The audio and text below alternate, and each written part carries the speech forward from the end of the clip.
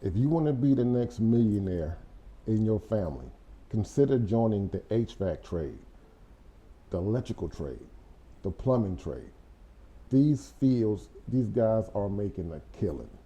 Back when we had the shutdown a couple of years ago, most businesses was either closing or some guys couldn't even go to work. The HVAC field, I boomed that year. That was the best year ever.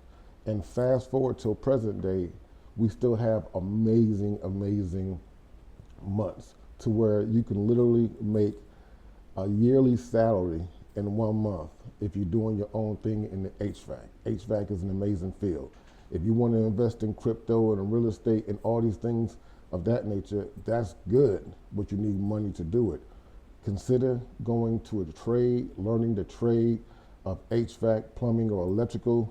Get that money and you can invest it however you want to invest it. The Wall Street Journal put out an article and said the HVAC guys are the new millionaires. The plumbers are the new millionaires. Now, back when I was younger, they made it seem like the trade school was bad, but now the trade schools are amazing, okay?